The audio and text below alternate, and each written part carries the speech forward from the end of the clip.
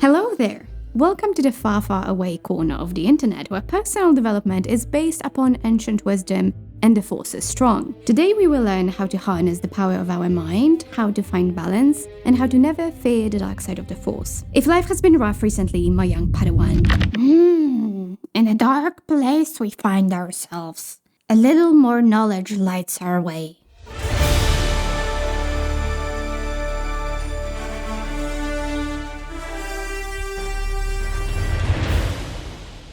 I'll be the first one to admit that my concern with the future goes far beyond reasonable planning into obsessive analyzing and overthinking. It's as if just thinking about something could help me avoid all possible disasters, which obviously is not true. So I end up with my body stuck in the past, carrying all the weight of all the stress that I've been through, and my mind is always in the future, always focused on what's next. And I can really feel it impacting the quality of my present moment. So here comes Jedi wisdom number 1. No amount of obsessing about the future can bend it to your will. As said by Master Yoda, difficult to see, always in motion is the future. So it will be part of your training, my young Padawan, to accept the fact that you cannot change the future and not to dwell on it. Focus on the present, and when circumstances slip out of your control, just let them go. In Buddhist philosophy, which greatly influenced Star Wars, attachment to impermanent things or people leads to suffering. And since in life things rarely go exactly as we plan, attachment to a very specific outcome can also be a source of disappointment and pain.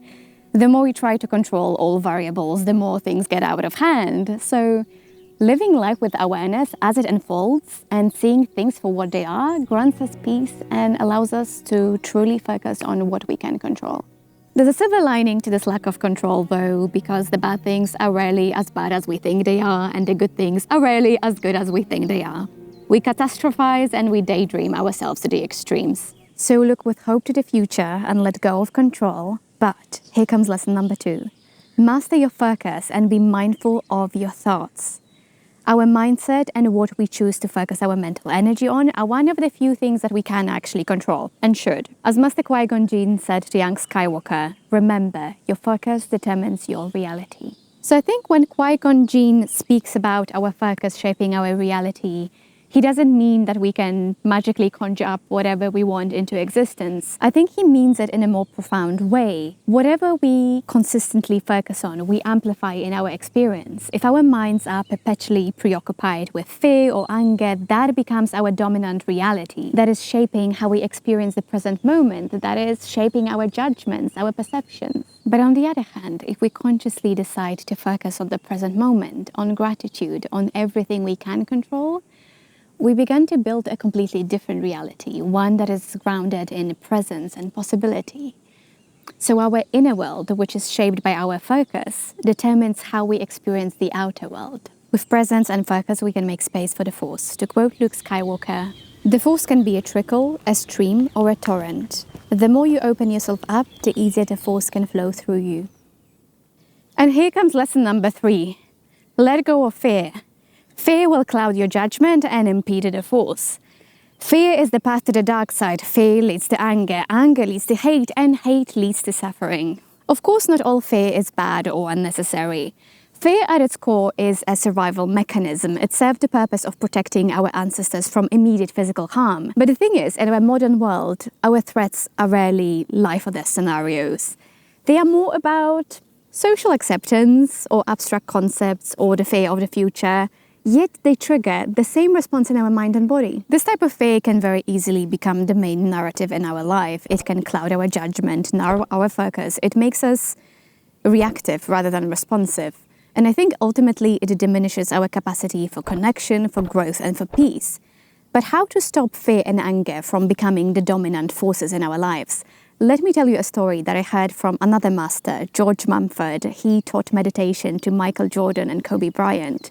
And this story is an ancient Native American tale, and it goes like this. A young boy comes to his tribe leader saying, there are 2 wolves in me. One is angry, fearful, aggressive, but the other one is good-hearted, brave, and loyal. Which one is the true me? And his teacher said, well, they both are. The boy responded, so which one will win? Which one will decide my fate? The one you feed the most. We all feel anger, fear, even distractiveness. But do you lean into these feelings? Do you feed them? Do you let them go unchecked? Be very careful what you feed your mind, because your thoughts become your actions and your actions become your destiny. And here comes lesson number 4. Be careful of who you let into your head. Nowadays, with this little device, we can share our thoughts with literally anyone in the world. We can open our head and our heart to anyone, which has its advantages, but also its dangers. To quote Obi-Wan, yet again, who's more foolish, the fool or the fool who follows him? But if for whatever reason, despite your best attempts to stick only to good influences, you fail, do not fear, because as Master Yoda said, the greatest teacher failure is. Endo Cordova added to this that failure is not the end, it's a necessary part of the path. And hope will always survive among those who always continue to fight. So if you find yourself in a bad place, ask yourself, what can the situation teach you? What lesson can you take away from it? And remember, your progress matters, your choices matter, and your effort is never in vain. I want to leave you with the wise words of Master Qui-Gon Jinn from the book of Master and Apprentice. It matters which side we choose, even if there will never be more light than darkness, even if there can be no more joy in the galaxy than there is pain. For every action we undertake, for every word we speak, for every life we touch, it matters. I don't turn towards the light because it means someday I will win some sort of cosmic game. I turn towards it because it is the light. I hope you enjoyed this special Star Wars episode. If you can leave a like, Misa, your humble servant, and may the Force be with you, always.